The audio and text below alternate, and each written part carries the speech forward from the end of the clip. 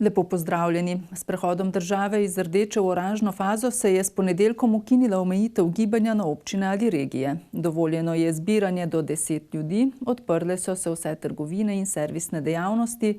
V delu Slovenije, kjer ta teden nimajo zimskih počitnic, so se v šole vrnili učenci preostalih razredov osnovnih šol in maturanti. S tem tednom se je odpravila omejitev gibanja na občine, prav tako na statistične regije. Torej, tisto, kar je bilo v zadnjih dneh kar nekajkrat vprašano ali pa spraševano, pa je seveda tako imenovana epidemiološka oziroma v novinarjih bolje udomačeno policijska ura. Ta skladno z uradnim vladnim semaforjem ostaja v veljavi in bo sproščena bodisi po regijah, bodisi v celotni državi, tako kot smo napovedali, ko pridemo v fazo, ki to omogoča.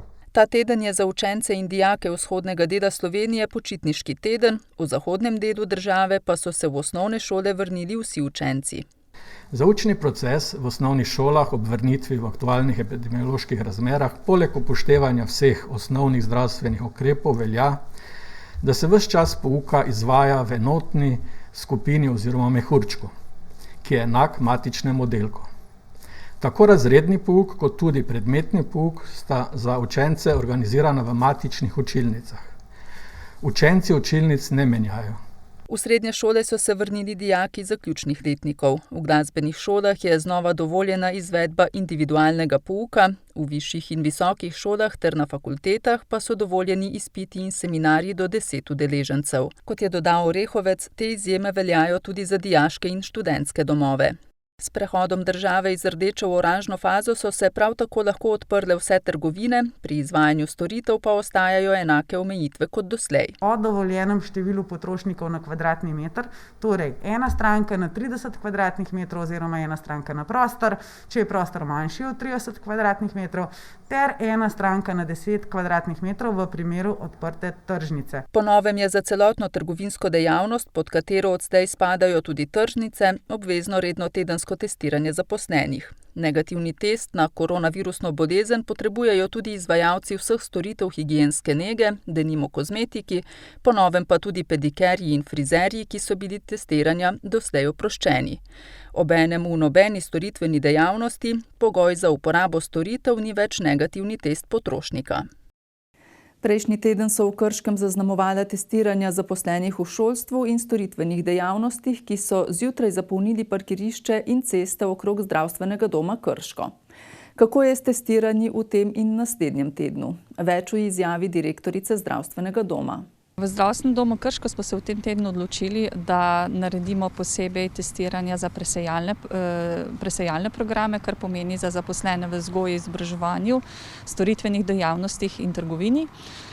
To naj bi potekalo vsak ponedeljek in petek od 7 do 10 ure. Kar se tiče pa množičnega presejalnega testiranja, ki je prostovoljno, smo pa ohranili termine torek, sreda in četrtek od 7 do 10 ure. Verjamemo, da bojo ti termini nekje zadostili potrebe trenutne, sicer pa bomo prilagajali potrebam v prihodnjem tednu, ko pričakujemo odprtje še šol, tudi pričakujemo večji naval zaposlenih za testiranje iz šolstva, tako da bomo po potrebi odprli še dodaten termin v nedeljo. V prejšnjem tednu smo nekje imeli množično testiranje torek, sredo in pa petek, ker smo pač opazili, da je tudi iz dejavnosti trgovine bil večji pritisk, pa tudi navodilo Ministrstva za zdravje smo prejeli v petek, da dejansko tudi vsi zaposleni iz trgovine in pa storitvenih dejavnostih sedaj spadajo pod presejalno testiranje. Smo pač se odločili, da ponudimo te termine, zato da ne bo pač prišlo do prevelikih zastojev v času množičnega testiranja. Tudi nekje lažje obravnavamo ljudi, če se predhodno naročijo, sploh skupine nad 5 oseb. Priporočamo, da pokličejo na našo telefonsko številko in se naročijo. Sicer pa naj upoštevajo ta termin od 7 do 10 ure, kadar gre za posameznike. Domovi za starejše spet sprejemajo nove stanovalce. Stiska starejših in njihovih svojcev je v tem času precejšnja, kar se ponekod odraža tudi po večjem povpraševanju po prostih posteljah. Kako pa je v posavskih domovih? V brežiški in sevniški enoti Doma upokojencev in oskrbovancev Impolca sprejem novih stanovalcev v tem času poteka zelo intenzivno. Mi smo od prejšnjega tedna pa do danes v Brežicah sprejeli 10 stanovalcev. V Sevnici pa v bistvu sprejemamo tako tedensko 2 do 3. Skratka, zdaj zelo veliko pozornosti namenjamo temu, da nekako tista prazna mesta, ki so ostala od covida, čim prej zapolnimo. V Brežicah in v Sevnici so v času epidemije izgubili približno 40 mest. Tako da trenutno imamo v Sevnici 72 postelj polnih od 95 kapacitete, v Brežicah pa 135 od 165. Tudi v Domu starejših občanov Krško so veseli, da lahko sprejmejo nove stanovalce. Kot ugotavlja direktorica doma Nuša Masnik, so bile potrebe zunaj ponekod že zelo velike. Stanovalci, ki pridejo v naš dom, so obravnavani na 2 načina. Tisti, ki so že preboleli COVID v domačem okolju, gredo lahko takoj v svojo sobo, se pravi v tisto sobo, kamor bodo nameščeni. Tisti stanovalci, ki pa še niso preboleli COVID-a, gredo najprej v sivo cono, tam jih po 8 dneh testiramo in takrat namestimo v primeru negativnega brisa v njihovo končno sobo. Krški dom starejših občanov je zdaj že skoraj popolnoma zaseden. Trenutno nas je v domu 186, 2 mesti sta že zasedeni z odsotnostjo, se pravi še 2 sprejema naredimo in bomo dosegli maksimum, ki ga lahko sedaj zasedemo ob nujnem upoštevanju, da imamo pripravljen prostor za rdečo cono. Nove sprejeme so načrtovali relativno zgodaj, dodaja Masnikova. Kajti zadnja okužba v našem domu je bila 18. decembra, tako da mi smo sedaj že skoraj 2 meseca brez okužbe. V tem času smo tudi že en cel trakt doma prebelili, osvežili in smo ravno s temi praznimi prostori to kombinirali tako, da smo lahko to nemoteno naredili, ko so bile sobe prazne večina. Ja, zdaj mi, glede na to, da smo nekje v Brežicah pred kakšnim mesecem šli iz te COVID situacije, nekje 1 mesec. V Sevnici smo tudi od decembra, januar, nekje 2 meseca bili brez sprejemov. Tukaj na Impulci v posebni enoti pa nekje 1 mesec nismo sprejemali stanovalcev, ko je bil ta najhujši val. Cizljeva ob tem izpostavi, da opažajo osip vlog novih stanovalcev. Če primerjamo lansko obdobje, isto obdobje v januarju, je vlog manj. Sicer pa še vedno imamo kandidate in še vedno lahko sprejemamo. Je pa kar občuten padec. Potrebe so. Ko smo klicali in preverjali, kakšen je interes po namestitvi v domu, pa je začutiti določen strah, kajti vse, kar se je sedaj dogajalo in bilo medijsko izpostavljeno in pravzaprav potencirano, da smo domovi skoraj hiše strahov, se je pustilo posledice tudi na javnosti. Mi seveda bomo dokazali, da temu ni tako in bomo upravičili zaupanje vseh, ki pridejo k nam. Nuklearna elektrarna Krško je v januarju proizvedla dobrih 540 tisoč megavatnih ur bruto električne energije na izhodu generatorja oziroma je oddala v elektroenergetsko omrežje skoraj 517 tisoč megavatnih ur električne energije. V tem mesecu je bila proizvodnja za 1,4% večja od načrtovane, ki je bila 510 tisoč megavatnih ur. Reka Sava se je zaradi delovanja nuklearne elektrarne Krško v januarju segrevala povprečno za 1,1 in največ za 2,2 od dovoljenih 3 stopinj Celzija. V tem mesecu je bilo uskladiščenih 0,6 kubičnega metra nizko in srednje radioaktivnih odpadkov. V neposredni bližini Krškega doma starejših občanov so končali zgradnjo stanovanjske stavbe z 29 oskrbovanimi stanovanji za občane starejše od 65 let. Stanovanja so namenjena in prilagojena starejšim, ki jim zdravstvene razmere dopuščajo samostojno bivanje. Objekt obsega 4 etaže, v njem je skupno 29 najemnih oskrbovanih stanovanj velikosti med 47 in 62 kvadratnih metrov in eno večje stanovanje s površino 77 kvadratnih metrov. Vsako stanovanje ima en skupni bivalni prostor, kjer je kuhinja, ki je že opremljena, dnevna soba, izhod na balkon oziroma v kletnih etažah na teraso. Potem ima vsako stanovanje tudi shrambo in kopalnico. Stanovanja so delno opremljena, v celoti so opremljene kuhinje in kopalnice. Vse ostalo opremo si pa potem vsak uporabnik prilagodi svojim potrebam in željam. Vsa stanovanja so tudi opremljena s tako imenovanimi SOS stikali. To je stikalo v kopalnici, eno je tudi v spalnici in v bistvu bo povezano z drugo stranjo, kjer bo, vkolikor nekdo pade, se pride odziv, pomaga pobrati ali pa karkoli pač ta uporabnik potrebuje. Objekt je tudi prilagojen gibalno oviranim osebam. Se pravi, so širši hodniki, ročaji na stopniščih, na hodnikih, kot sem že rekla, dvigalo. Tudi kopalnice so prilagojene, tako da so večje. 2 stanovanja so tudi opremljena za gibalno ovirano osebo. V skupni uporabi prebivalcev se v kletni etaži nahaja skupni prostor s čajno kuhinjo in toaleto, v pritličju pa kolesarnica. Na zunanjih površinah je prostor za sprostitev in preživljanje prostega časa ter 18 parkirnih mest za skupno uporabo. Investitor in izvajalec je Krški Kostak. V bistvu projekt je bil v sodelovanju z občino že od samega začetka in potem se je bil dogovor z sodelovanjem in v soinvestiranju z Stanovanjskim skladom Republike Slovenije, tako da 50% stanovanj odkupi in jih že odkupuje Stanovanjski sklad Republike Slovenije, ostalih 50% pa občina Krško in one da bosta tudi končna lastnika objekta in vseh stanovanj, ki jih bojo potem dajali v najem. Se pravi, sam najem pa ima čez občina Krško, ki je tudi že v bistvu razpisala in je že v fazi izbiranja uporabnikov oziroma najemnikov samih stanovanj. Kot so nam sporočili z občine Krško, je prispelo 25 prijav. Mesečna najemnina še ni natančno določena oziroma izračunana, gibala pa se bo v razponu od 170 do 210 evrov. Primopredaja objekta bo predvidoma zaključena do konca februarja. Upravljanje stanovanj bo prevzel Rudar Senovo, dom starejših občanov pa bo uporabnikom po potrebi nudil nego in skrb na domu. Letos mineva 30 let od osamosvojitvene vojne za Slovenijo, ki je še posebej zaznamovala občino Brežice. Zato bo letošnje leto občina Brežice obeležila ta jubilej z dogodki v obsegu, kot ga bodo epidemiološke razmere dopuščale, ter s postavitvijo pomnika o osamosvojitveni vojni. Pomnik bo postavljen na lokaciji travnika med Domom kulture Brežice in Gimnazijo Brežice, ob pomniku pa bo urejen tudi park.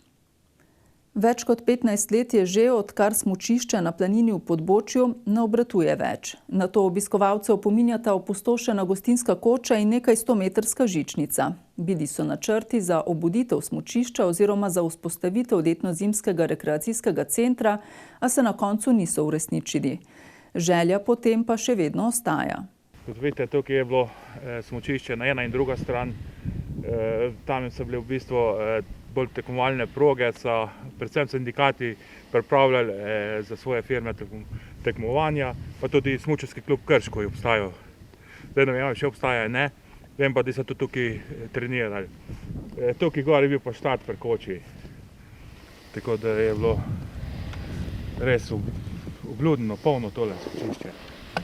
Poleg glavnega sta bili na planini še 2 pomožni smučišči. Žal je res to vse propadlo. Gre v pozabo počasi, edino tej drugovi spomenik, ta vlečenca še stoji. Ta smučišče žal sameva že 15 pa še več let, ne. Žal je do tega prišlo zaradi in pomanjkanja snega, predvsem pa zaradi posameznikov, ki niso hoteli takrat sodelovati pri projektu, ki ga je občina pripravila. Takrat je bil projekt pripravljen za zimsko-letni rekreacijski center, ampak žal je vse šlo v pozabo oziroma v arhiv, tako da ta projekt nekje še stoji. Na planini se pa ne dogaja nič danes. Barbič se spominja časa, ko se je smučišče še gradilo. Bil sem pri testiranju same vlečnice, takrat slučajno zraven smo se smučali tukaj na planini in je bilo prav zanimivo, veselo, in ker smo pričakovali, da bo tudi kraj s tem se razvijal, pa tudi mi bomo imeli blizu smučišče, ker bili smo takrat mladi, smo bili navdušeni, smo rad smučali, tako da je bilo prav prijetno za tiste čase, da se je to zgradilo, sploh pa za naš kraj. To je bilo nekje leta 89-90, glih, ko sem z vojske prišel. Takrat se je tudi prvič zavrtela žičnica. Takrat so testirali to vlečnico, takrat je bila v bistvu zgrajena, to so zgradile predvsem tovarne, ki so takrat delovali v občini Krško. Jaz se še spomnim v svoji firmi, kako so zgradili oziroma kako so pomagali to graditi in sodelovati pri tem, in tudi pri samem upravljanju je veliko bilo z naše tovarne, to je z Vipa, pa takrat je bil še Đuro Salaj. Tudi tisti prvi ratrak se spomnim, ko so naredili starega Fergusona, Ferguson 60 je bil tisti poskusni ratrak, ko so ga gosence gor namontirali. Kar nekaj časa je bil tisti, ampak ni bil najbolj uspešen. V tistem času so smučarski navdušenci postavili tudi gostinsko kočo. Pozimi je to bilo kar odprto, je bilo kar pestro, tukaj dogajanje, tukaj je bilo smučišče oziroma parkirišče, tudi polno avtomobilov. Bilo kar pestro, res zanimivo, gostinska ponudba je bila tukaj gor. Veselo je bilo, ne? Tukaj so prihajali tudi prek meje. Prej bila še od začetka, prvo let je bila še Jugoslavija, tako da ni bilo problem. Pa se je tukaj meja postavila, tako da nekaj let so tudi prihajali. Bilo je živo, no, predvsem je bilo živo. Bilo je pa tudi to, ne, tukaj je bilo tudi nočno smučišče, tako da če si bil dopoldne v službi, si lahko šel zvečer se par uric nasmučati in si imel dosti smuke za tisti dan, tako da je bilo prav prijetno takrat. Želja po obuditvi smučišča oziroma vzpostavitvi letno-zimskega rekreacijskega centra, ki se v preteklosti ni uresničila, še vedno ostaja. Rad pa bi, da se je to tukaj naprej nekaj začel razvijati, da bi se nekaj zgodilo, da bi se res en tak center, zimsko-leten rekreacijski center, da bi to zaživeli, da bi sami kraj tudi s tem zaživeli, pa tudi delovna mesta se bi tukaj odprla, ker tukaj je le vidite, lep razgled, svež zrak, lepa narava, tako da bližina mest, da so vsi pogoji, da bi se lahko tukaj nekaj dal narediti. No. Planina je s svojimi 678 metri nadmorske višine prav tako priljubljena točka pohodnikov in ostalih ljubiteljev narave. Tukaj imamo pohodne poti iz doline, iz podbočja označene. Vsak leto organiziramo tudi prvomajski pohod, razen lani, vemo, zaradi korona virusa. Je pa tudi kolesarska pot gor, tako da tudi kolesarji dosti pridejo gor.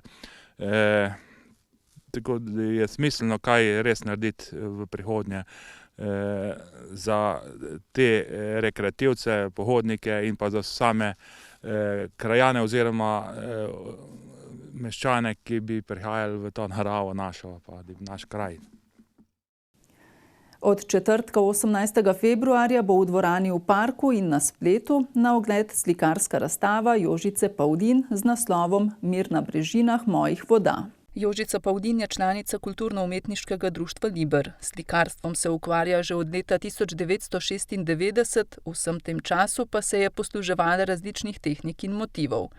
Tokrat se je posvetila pejsažem. Tu so predvsem vode. Skoraj na vsaki sliki je nekje voda, tisti mir, tudi naslavlja svojo razstavo Mir na brežinah njenih voda. Skratka, ja, pejsaži so trenutno na ogled. Njena dela že skoraj 2 desetletji spremlja umetnostna zgodovinarka Alenka Černelič-Krošelj. V tem času je res razvila en svoj prepoznaven likovni izraz, kjer seveda kombinira to neko svojo energijo, ki se kaže s potezo čopiča, ki je zelo smela, ki je zelo pogumna, z samo kompozicijo, v bistvu zelo rada arhitekturo in seveda potem tudi z barvo. Pavdinova je ena izmed tistih ljubiteljskih likovnih ustvarjalk, ki veliko samostojno razstavlja. In to se mi zdi izjemno dobro in imenitno, ker pomeni seveda, da pogumno ustvarja, da je pripravljena svoje delo tudi predstaviti in da seveda te neke zaokrožene cikle potem tudi nekako predstavi javnosti čim bolj odprto, čim bolj tako jih preda, tako bom rekla.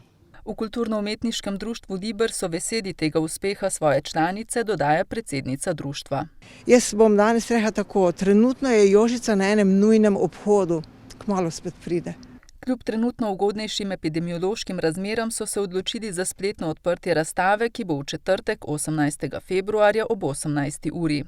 Na ogled bo do 16. marca, tudi v dvorani v parku.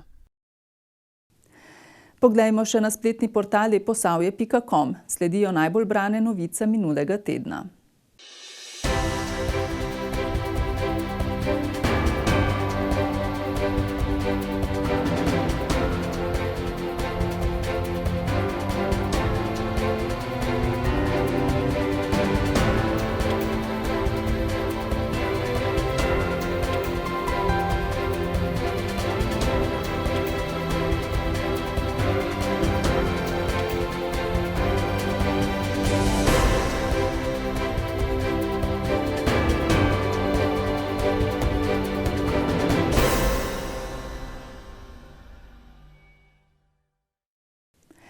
Spoštovani gledalci, to je vse, kar smo pripravili v tokratni oddaji.